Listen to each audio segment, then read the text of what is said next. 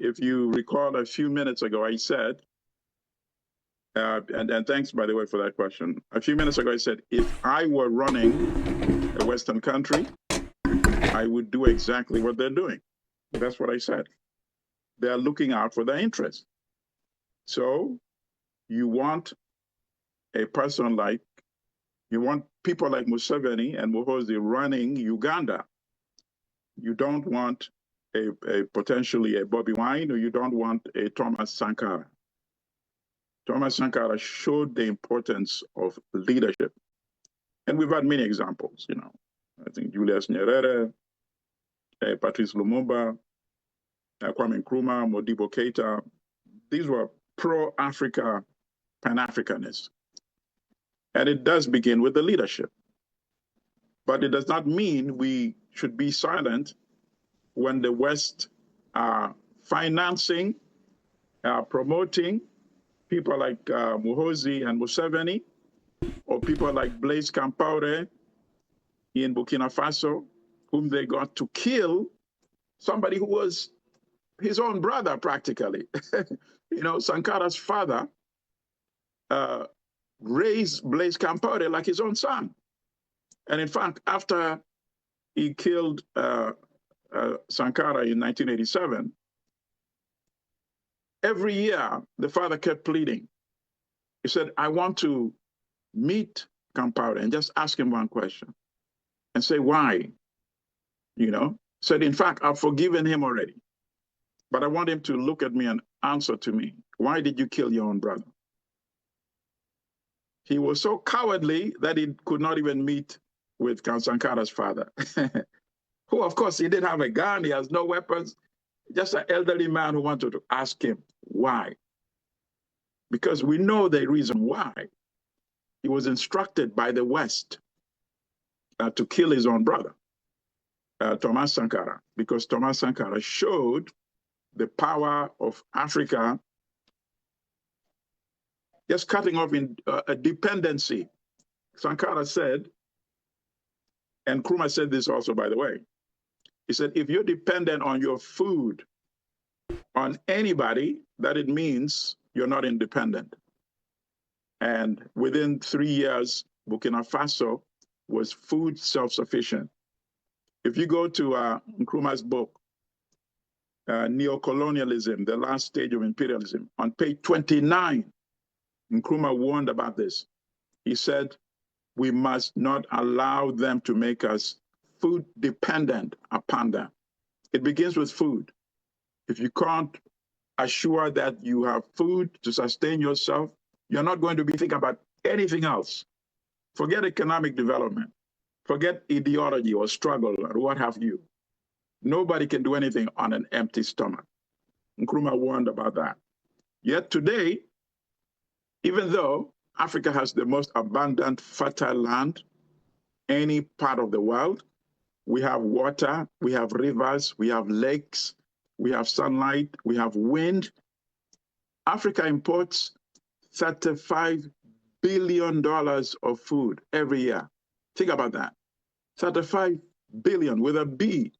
Can you imagine what that money could do to develop our own agricultural system, our schools, our hospitals, our roads? But it is dependency. There's a very interesting short documentary on YouTube. And somebody can search it. Search Professor Nicholas Howard, Howard, Nicholas Howard. Why is Africa poor? And then put Nicholas Howard. You should be able to see that video on YouTube. It's only about 25 minutes. And there's and he talks about a lot of the stuff I was also elaborating on today. But he revealed something which I was not aware of until I had that lecture that he gave. He said in the 1970s, when Malawi had a famine, and they were facing a lot of political pressure, the government. And then the finance minister said, you know what, I'm not supposed to say this, but I'm going to reveal the truth. He said, we had food in storage, stockpile food. He said the World Bank instructed the government of Malawi, he said, unless you destroy that food, we're not going to give you the loan. Let's think about that. You are actually aiding and abetting mass murder. And in return, you're saying, okay, now I'm going to give you a loan. So really, what you, in terms of your question, your question is actually agreeing and elaborating on what I've been saying. Their priority is not to make us economically independent, because then how could they exploit us? How could they continue to profit from us if we are economically independent, if we are politically united? So yeah, and you mentioned the arrangement that France has with its former West African colonies, where basically they have to make sure 50% of their reserves is kept in the French treasury, the central bank in France. And then France also has the right to invest that money for them. And if the investment goes sour, they lose a lot of money. Well, too bad. You see? Think about that. And you say you're independent? Of course you're not. But there's a lot of resistance against that now. In fact, that is now being undone by the young people in West Africa because of social media. And now many young people in West Africa, in fact, us in East Africa, we have become aware of that now, right? So you can imagine how much more young people in West Africa know about it. The activists, they've been fighting against it and putting pressure on their domestic governments. And as a result, that is now changing. That even countries that were relatively more conservative, like Senegal, the new leadership is now calling for the French to withdraw their military, and they're also moving away from this type of economic dependency. So West Africa, I think, which was the one which was most dependent on the former power, France, is now the one that is moving at the most rapid rate away from that dependency. They're doing a much better job than we have been doing in East Africa. So in fact, we need to learn and take the examples that are coming from West Africa. And then in terms of security, having a seat on the Security Council, no, that is not a gift. That is something that you have to demonstrate power in order to earn that. And we in Africa, just so long as we remain so disunited, we will never get that seat. They're not going to come and say, oh, Africa has all the world's minerals. Africa has a population of 1.3 billion or maybe 1.4 billion. So they deserve a seat. No. If it was a question of deserving, Africa would be developed by now. But it is up to us. And as you said, and I agree with you, it is up to us to change the dynamics, not up to them. If they're profiting from our disunity, why would they want to change that, right? So at the end of the day, it has to be from us. And in fact, my West African friends are always asking me, Milton, what's wrong with you Ugandans? A Museveni or Muhoozi would not survive in West Africa. We would not allow that to happen. So it's on you guys. So in that sense, they're right. It's on us. And that's why we have these types of conversations. We need to escalate our resistance so that we can pave the way. And then you also, I think it was the previous question, maybe not you, I think it was Mimi maybe, who said a lot of like in China, she said the Chinese, many young ones went and they studied overseas, and then they went back to their country because they go back with the skills and they are allowed to thrive. In Uganda, let me give you just one example.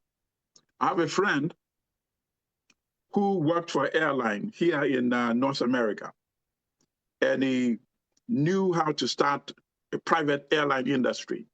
He drew up a business plan. He went back to Uganda, and you have to deal with the powers that be. because unfortunately they are the powers that be. So they said, oh, we like this business plan. We're going to fund it, right? And then he said, okay. And then they said, and this is our offer to you. We will give you 10%. Just think about that.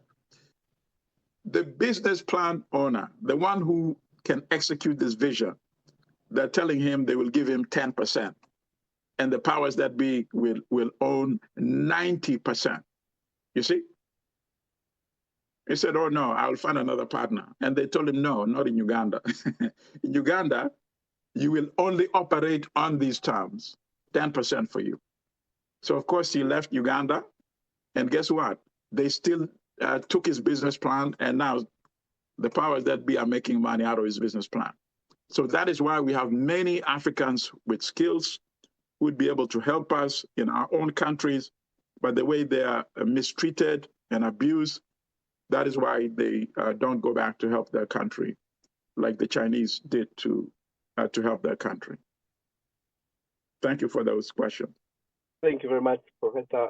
So we've got Comrade Timothy been wanting to ask a question. I understand, obviously, we don't have a lot of time, so I do ask my comrades to keep the questions brief so that we can come to a close. So we've got Comrade Timothy, then we'll go Comrade James, then Demi will be the last, and then we'll yield the mic back to Comrade Dorcas. So Comrade Timothy, please unmute and speak to us. Thank you. Sorry, just before Comrade Timothy, guys, just to remind you, like, I would like to echo Comrade Ismail says we've got a few minutes, so please raise your question within a minute, less than a minute actually. Thank you, so that we roll the mic back quickly. Thank you. Comrade Timothy.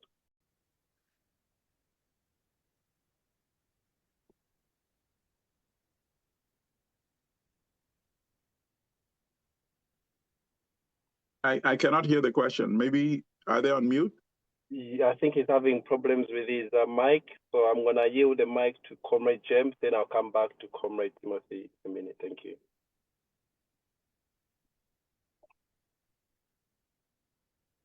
It seems it's an issue of the whole system because we're also having on and on. We can't kind of, I don't know whether it's my side also, I'm not hearing most of the presentation, but I was just concerned about, and I think the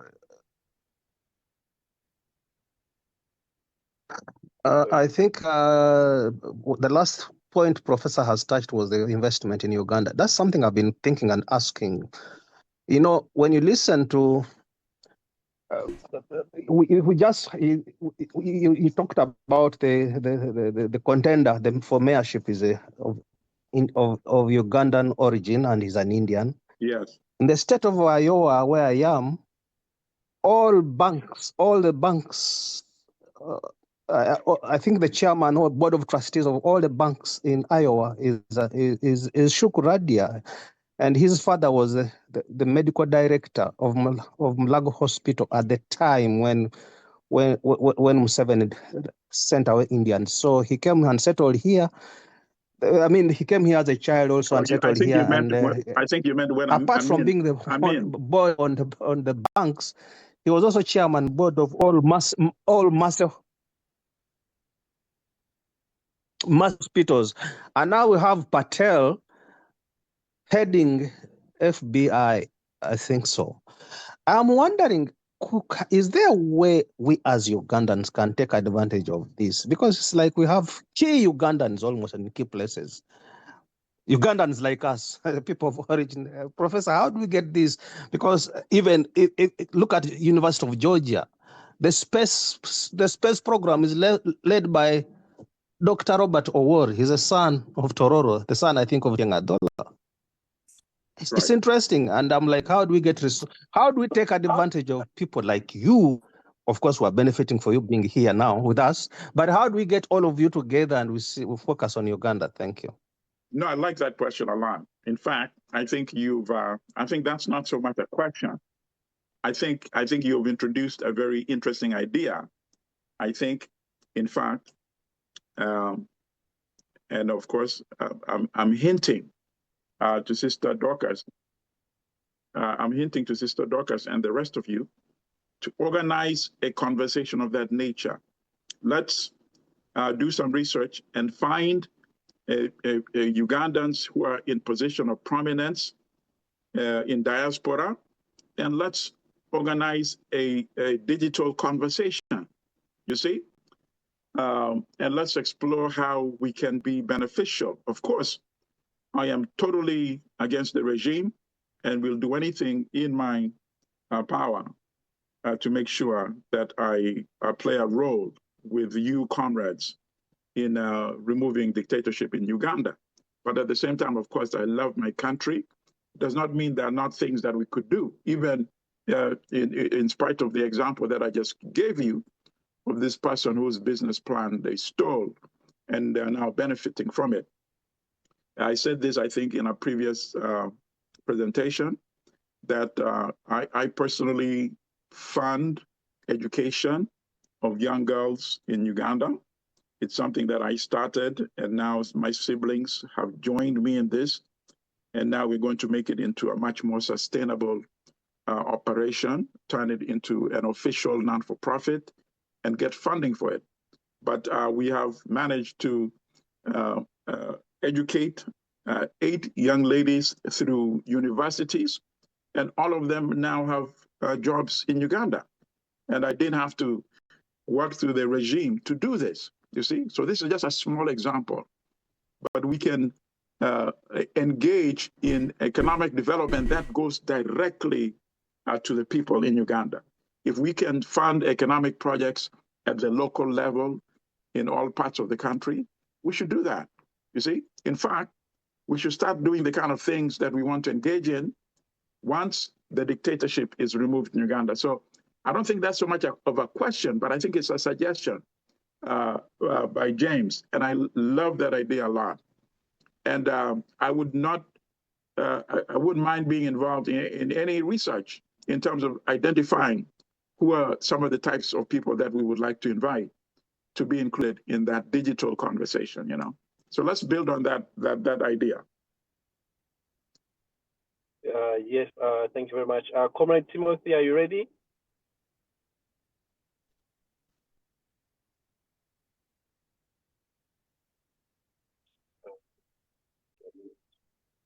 Can you please unmute?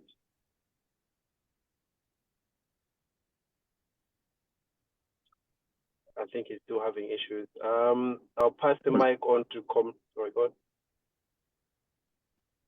I'll pass the mic on Comrade Demi, yeah. Hi, can you hear me, Ismail, please? Ismail. Can you hear me? Okay, Dr. Alimadi, thank you. It's take two for me today. It's Comrade Alimadi. Yeah, okay. Comrade Doctor, I see you and I is take two now. I'll come back to you. But I want to ask you a question. Yes. Because you have answered 50%, but my question is going to be asking you 50%.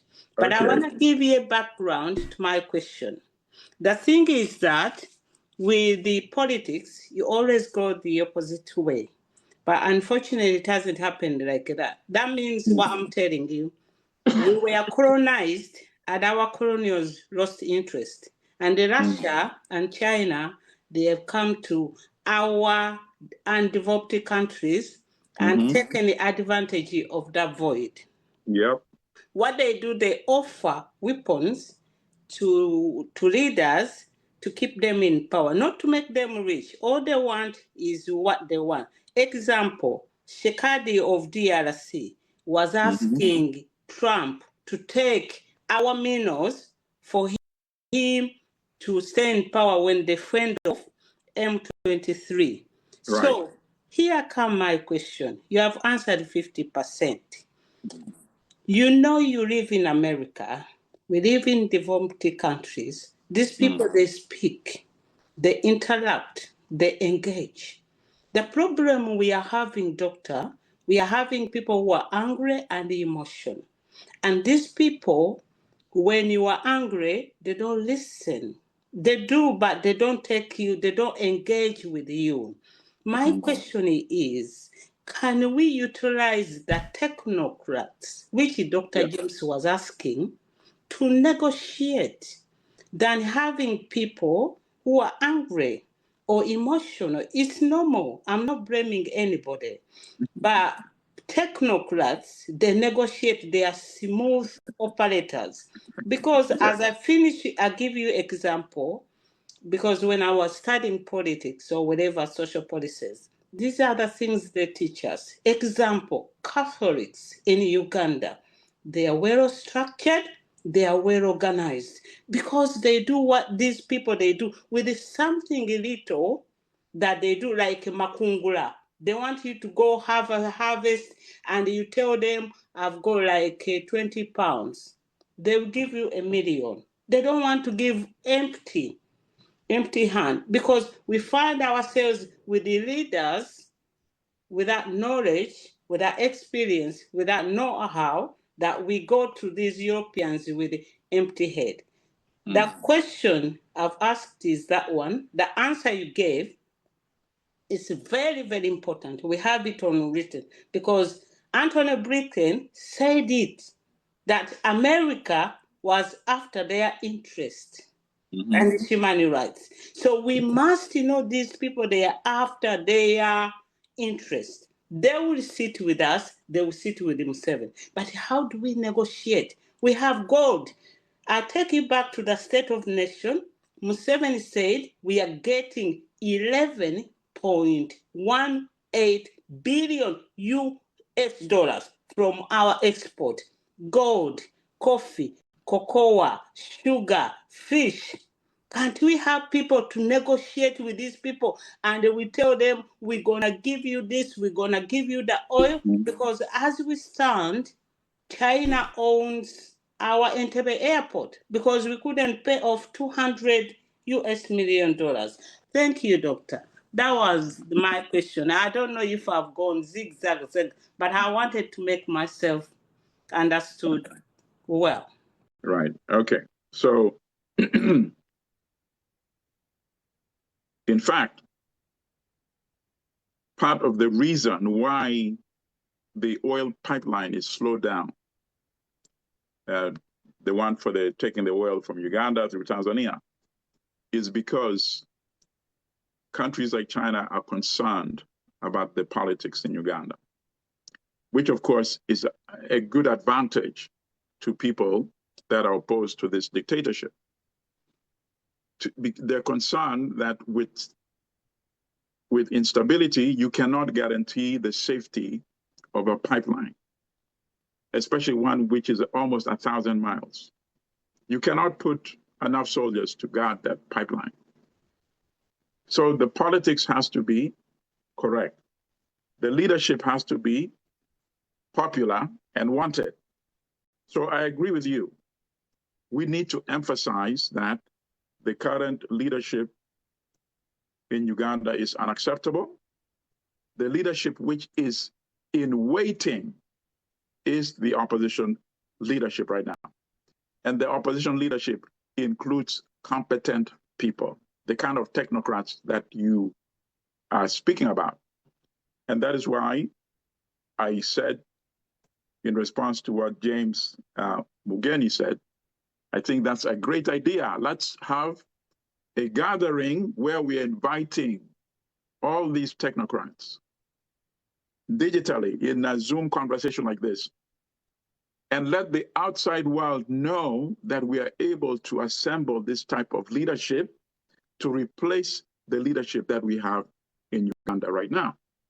And we have some examples that have already been given of Ugandans in very prominent positions here in the United States. And I'm sure there are those in other European countries as well, including in the United Kingdom. Let's start engaging these technocrats.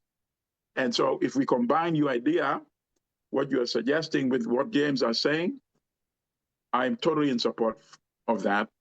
And as I said, I would be willing to be involved in the research and even recommend some names of people that we should get involved in this conversation. I agree with you 100%.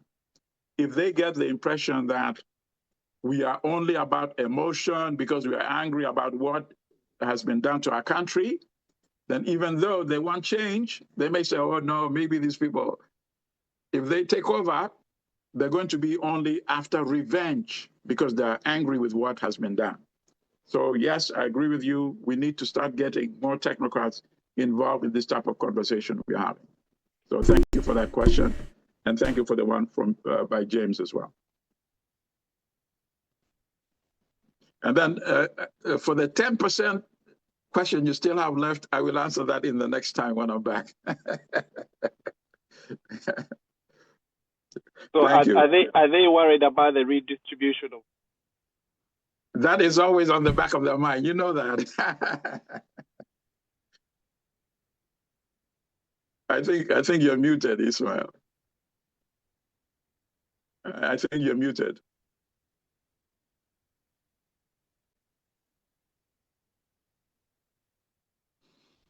Yeah, unfortunately, you're muted, so we didn't hear you, Ismail. Comrade Ismail, we can't hear you.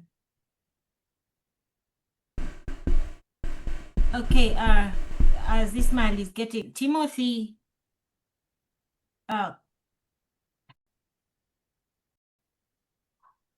hello? We can hear you. We can hear you. Dorcas, I think you're muted now. Apologies. Comrade Timothy, guys, conscious of time, because we did want to go into Twitter and quickly scan, however, time. Comrade Timothy, your hand is up. Could you please accept the mic? We are asking you to unmute. So you just have to respond and then unmute. Conscious of time, Sister Mimi, please, just seconds, and then Comrade Ismail seconds, then we roll over to Professor, and Comrade Robert, you haven't spoken. Please do come in, Comrade Robert. Hello, good evening, good morning, everybody. What a pleasure. Hello. Can you hear me? Yes. Yes, we can, and you can have your video on if you want to. I'm naked, I can't put on my video. Oh, Anyway, we don't want. Okay, thanks. Brilliant ideas. It's amazing. We're not even in the parliament. Ugandan parliament, you don't get such ideas. Thank you, Professor, for your time you've given in to come in to address the people of the diaspora all over the world. My question is, the colonialists capitalized on the issue of tribalism. Yes. Now, these clowns have sung and danced on the issue of tribalism. Remember, they're not even original Ugandans, origins of Uganda. So they used a weapon to damage us. How can we Ugandans overcome this weakness? You've spoken about the Chinese, you've spoken about the Germans, Thailand, to mention a few. Okay, let's come from all that end. Talk about Burkina Faso, even Magufuli. How did they manage to change the economy in a very short period of time? We've got a level of, we've gone beyond the first degree. We even have professors I'm talking to right now. So the knowledge is there. How do we overcome the issue of tribalism? That's the only weak link that is damaging Uganda. Thank you. Right, okay, very good. Well, you know, I mean, I personally don't use the term even tribalism because the Europeans like that. And then once we get into that concept, you know, the divide and rule continues, right? But I understand, you know, what you're talking about, whether people sometimes even use ethnicity, they refer to it, or nationality. But yeah, the divisions, which are very superficial, by the way. They're superficial, but they're very effective because it goes to what the sister was saying, Demea, about emotion, right? It's very emotional. So, for example, when Museveni took power, he would say, oh, everybody from the northern part of the country is your enemy, you see? And then people remember some of the bad things that happened in the previous government. So then they start associating it with everybody who comes from the northern part of the country. So it's very effective because it knows the power of emotion, you know, and propaganda. You know, like race, for example. Race is also something which is very superficial, but very real. And that's why racism has been so effective and destructive, because it is something emotional, you see? But logically, they're very superficial, because originally, if you look at history, how human beings evolved, we all came from the same origin, right? Even Europeans came from the same origin as Africans, you see?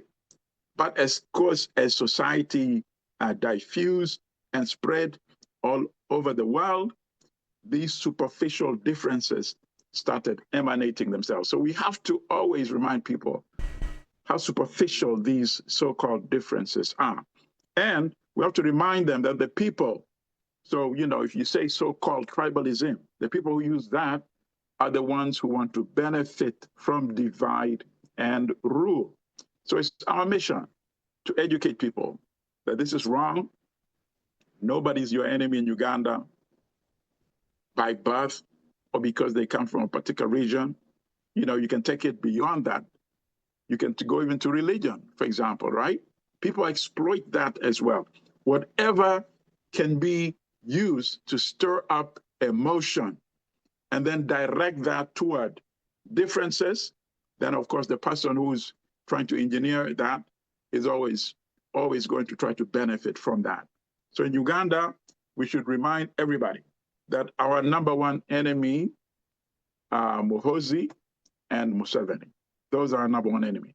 Let's work to removing this dictatorship and of course Musevenism, because that is not only now the individual Museveni and Muhoozi, but it's the system that they've nurtured over the last 40 years, you know? But I think it can be undone. At the end of the day, people want to be able to feed themselves and their family and to increase their level of income and prosperity, right? And we have to make sure that we want to create a Ugandan who nobody's going to be denied that opportunity because you come from a particular part of the country. And we should make sure that is what distinguishes NUP and others in opposition from what Museveni and Muhoozi now have in Uganda. So yeah, let's refuse this issue of divide and rule, whether it's from Museveni or whether it's from the Western leaders who are trying to take advantage of Africa's resources. So thank you for that question. Thank you very much, Professor. I think we have one more question from Comrade Mimi. Okay. Comrade Mimi, briefly, please. Thank you very much. Yeah, briefly. Thank you so much, Professor and everybody. Sorry. Yeah, I think my question kind of echoes with the one for Dr. Mungadi about the, you know, the professionals like you, the, you know, because looking back, and I don't want to take everybody back to history, but I want to look at those people in the like your dad, like the Lules, all these people, they had connections. And I'm thinking right now, with all the brilliant minds we have, we are lacking that connections, connecting people who can connect us, that diplomacy, international diplomacy thing. So that is what is lacking. And the only question I want to say, why is there an hesitation? We don't see people like in your categories come when this crisis is happening in Uganda. Thank you. Okay, that's a very good question. And I think the most honest answer is that sometimes, in fact, it reminds me of something else, and then I'll come back to your question. You know, my late sister, you know, Barbara Limati, she was much more courageous than even I am. As you know, she led a lot of the protest. She was there leading the protest for Ingrid Turinawe when she was violated sexually by those police officers.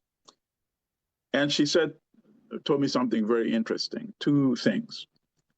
She said she would go to the office of some of the ministers in the Museveni regime and tell them, you are a very educated person. How could you be a part of this type of system of government? How? Explain that to me. And he said, without fail, all of them gave her the same response. Oh, I don't want to go back into exile. Oh, who is going to feed my my children? Who's going to take care of my family? That's the consistent response she got. But also, another good thing, and I think I mentioned this one previously, you know, she was arrested multiple times. And she said, every instant she was arrested and they're taking her into the vehicle and she's struggling with them and they're pushing her back and forth, they were talking to her and telling her, sister, we are with you. Continue this resistance. Continue this fight. Imagine, these are the people in uniform. That's why I said in the beginning, let's keep talking to people in the armed forces. They are with us. Nobody can be proud of their commander who boasts of touching another human being. So those are two things that you reminded me of, so I had to say that, which comes back to your question. A lot of the technocrats also want to be able to have dealings with the government, go back and forth, you know, to Uganda, but not all of them. And we have to remind them that don't look at just yourself, the individual. Think about others in Uganda who could also be educated and come to your level. And that's the Uganda we want to create. And I'm sure there are enough of them out there who would be willing to join us in the conversation. But you touch on an important point. There are many who are reluctant because they don't want to be perceived as being in opposition to the government. And that's why sometimes we don't get enough. But I think there are many of them who are willing, they have not yet been approached. So those are the ones we need to identify. So thank you for that question.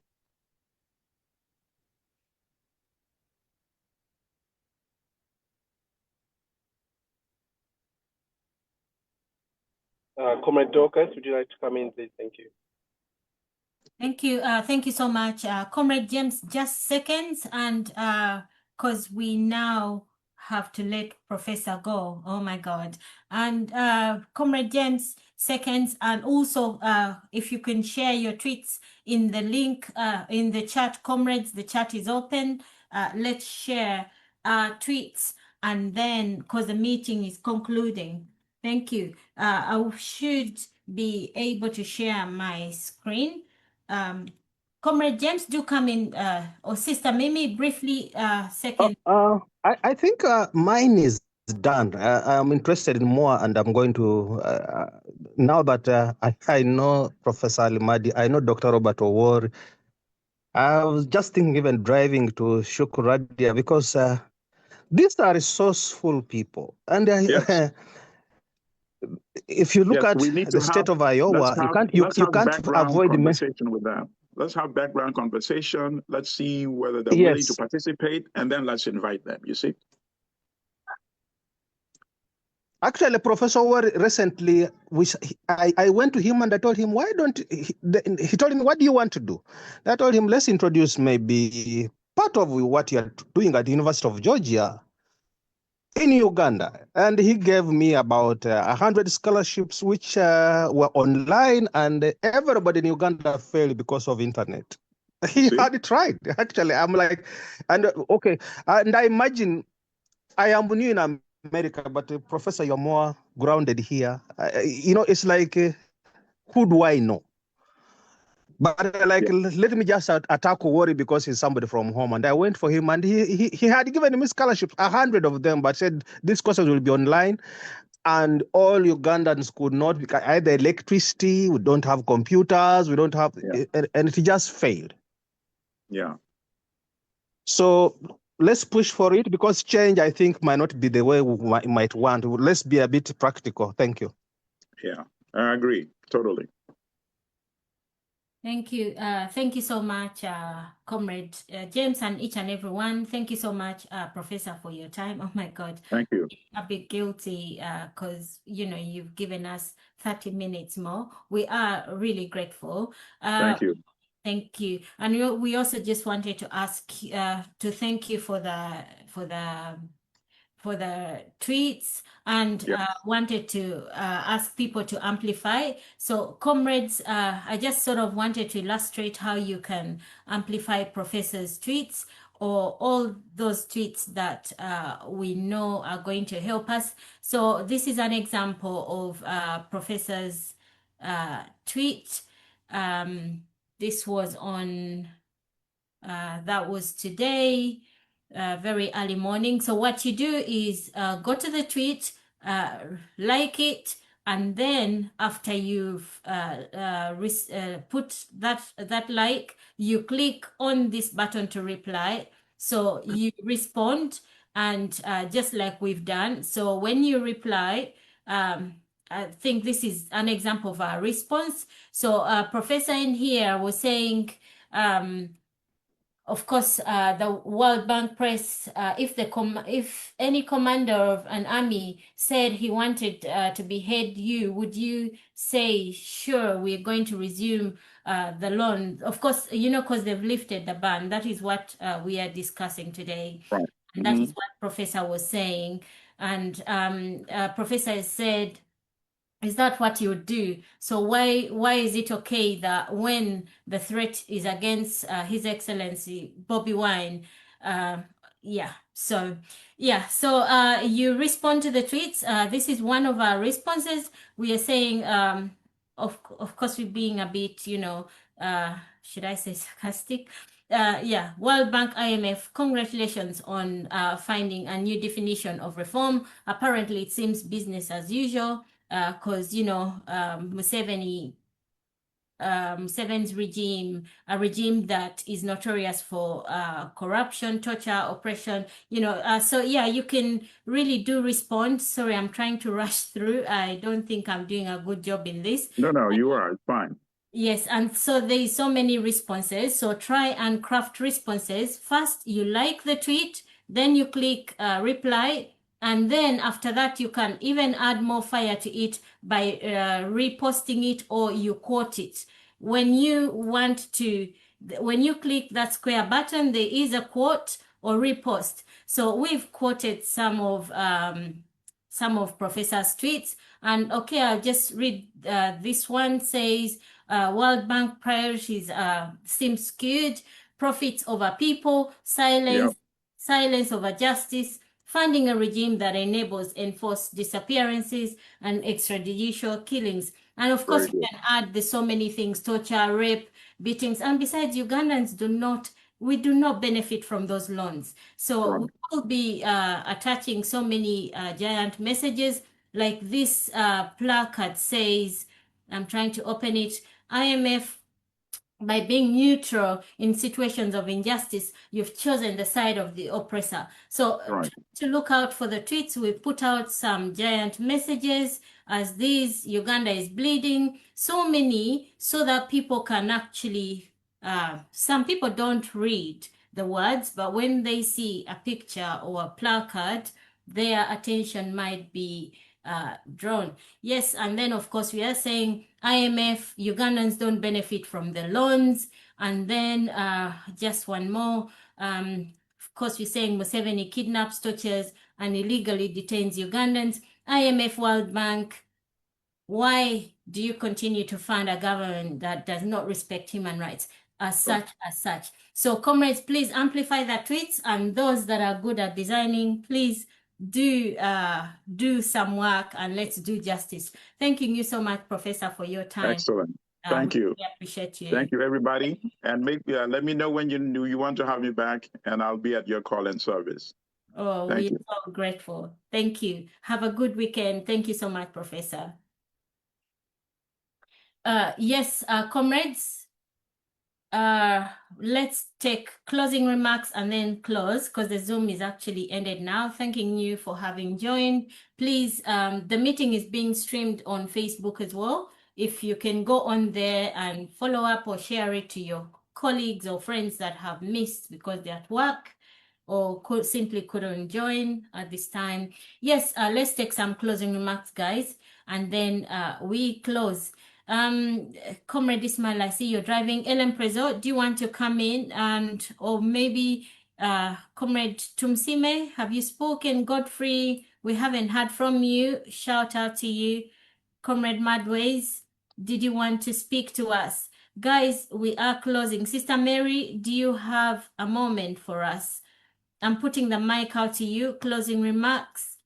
Please pick the mic.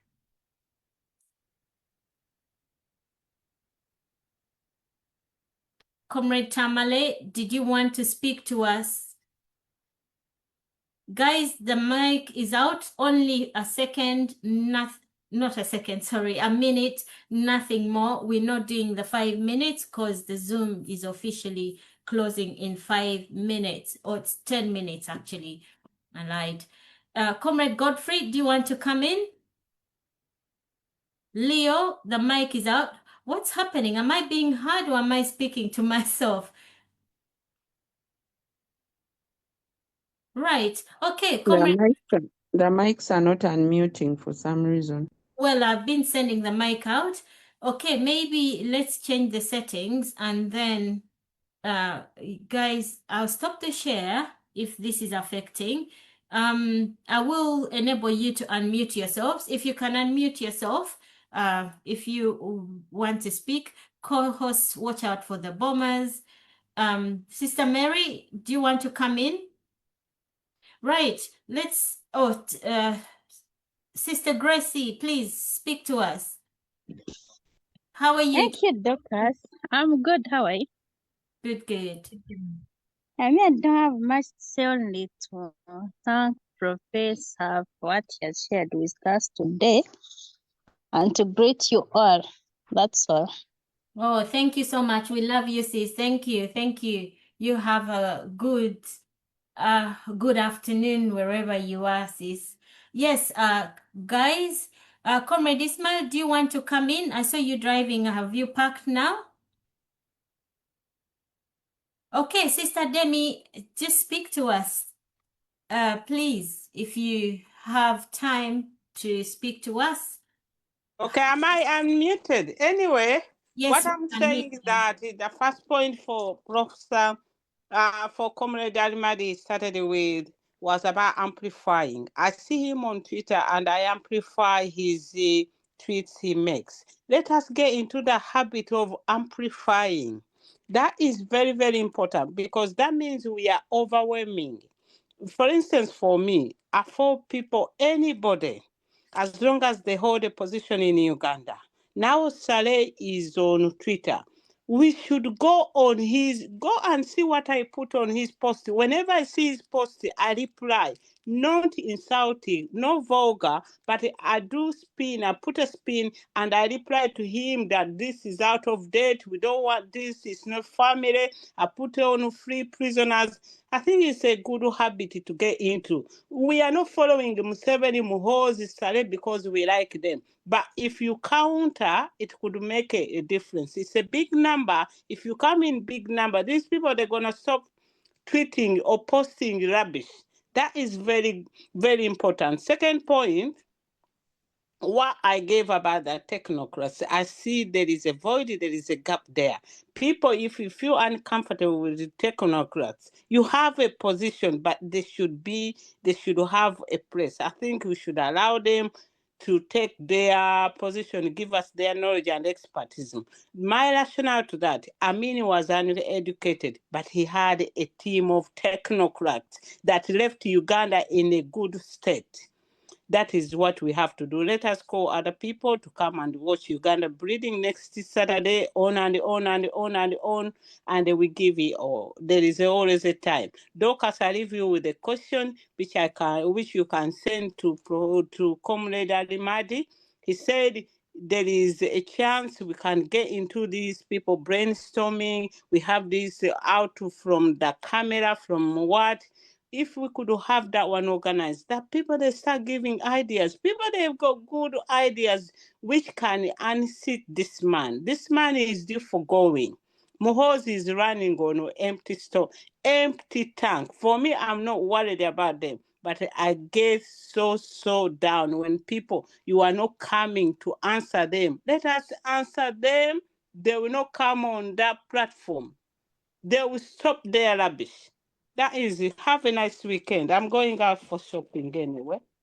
Thank you. Thank you so much, sis. And thanks. Sister Dorcas, nange njogereko. Yes, please come in and speak. Kale neeyanza nnyo okumpa akakisa kano. Nange kaneebazeeko Professor Akemal Madi, Soja Demi, Comrade Dorcas n'abalala mwenna bannange abantu abamu ndowooza obutachumbira nnyo eno Zoom ndowooza olw'olulimi naye ate nga y'amakulu nnyo. Nange nyongeza ku Soja Demi kyayogedde bannange tubeere nga tugoberera tufollowinga like tukwotinga ebyo byonna abo kati nga batusobola kukola messages oba kukola tweets tubeere nga tugenda bakiyita repost ne quoting ne like neyanza nnyo neyanzeeko.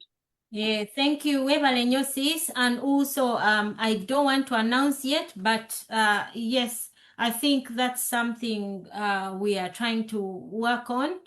So hopefully we'll have more presence on Twitter and getting everybody involved, because this is where this is our gun, comrades. Museveni has the guns, but you have the greatest weapon, you know, your phone, your computer. That is what we're going to fight him with, or that is what we are going to expose all the injustice, expose what is happening, and that is how he's going to fall. There's so much we can do, ladies and gentlemen. We can communicate, and in real time. We don't even have to wait for the weekend so that we can call Sister Irene, Sister Demi. No, for us, we've got a weapon. We communicate real time. Yes, comrades, we are closing. Please, if you want to give your closing remarks, just unmute and then let you have your minute. And thank you so much, Sister Irene, for all that you do, you know, on the Twitter and educating people. Yes, Sister Mary, please, you have a minute. Come in, speak to us. Hopefully next week you have more time. Yeah, sister, I'm sorry I couldn't talk earlier, but real quick, if the World Bank, if they've released the restrictions, we always have to look at the interest of the current of the government. So I mean, we know that they've said that they're really interested in saving money, right? In preventing waste. So I just want to encourage us that if we're going to tweet and respond to these tweets, definitely please tag at real Donald Trump and point out that, you know, this is government funds and this is government waste. Again, I really think we have to focus on what their interests are and remind them, if you say you're trying to prevent waste, this is an example. Anyway, that's all I had to say. Thank you. And thank you all for all you do. And thank you, Professor Ahmadi, again, for the resilience, the commitment throughout the years. And yeah, and for all our team here. Thanks. Are you able to share the link in the chat so that we get people amplifying that tweet that you're talking about? Because we're talking about real time, doing things right away, because we don't want to postpone that. So if you share it in the chat, just copy, share it in the chat. Oh gosh. Before we, or you can inbox me, then, you know, I'll share it. Okay, comrades, we are having a demonstration in the UK. Public demonstration. We will be going to the US Embassy, London. That's 339 Elms Lane, postcode SW117US on the 27th of June. Please make time if you're in the UK. make time for this demonstration. The time will be 10 to 4. So if you can do an hour of the demonstration, please feel free. Do not take a day off if you can't afford to. If you want to take a morning off or an afternoon off, you know, so that you can do either an hour or two, that would still do that will still be something. You don't have to take the entire day off. I know. Or you can simply just go 10:30 to 12, you know, do what you can, but show up. Thank you so much, comrades. We are closing. Yes, Comrade Robert, please do come in for a minute. How are you today? Thank you very much, Dorcas. Thank you, everybody. Thanks for all your presentations. A quick one on the Twitter. This goes to the comrades who don't want to be exposed in the camera or demos. Please, please, please. Did you ask yourself how the UN delegates managed to go to Kavule, headquarters? Believe you me, your tweets were part of it. These tweets go all the way to their toilets, just to let you know. So use that armor. That's the only weapon you've got. You can change your name, but then you can do so much damage, you won't believe it, because a tweet goes everywhere. Demos, not many people see them, but the tweets, they will definitely see it somewhere, somehow. So please don't underestimate the power of the tweet. Thank you.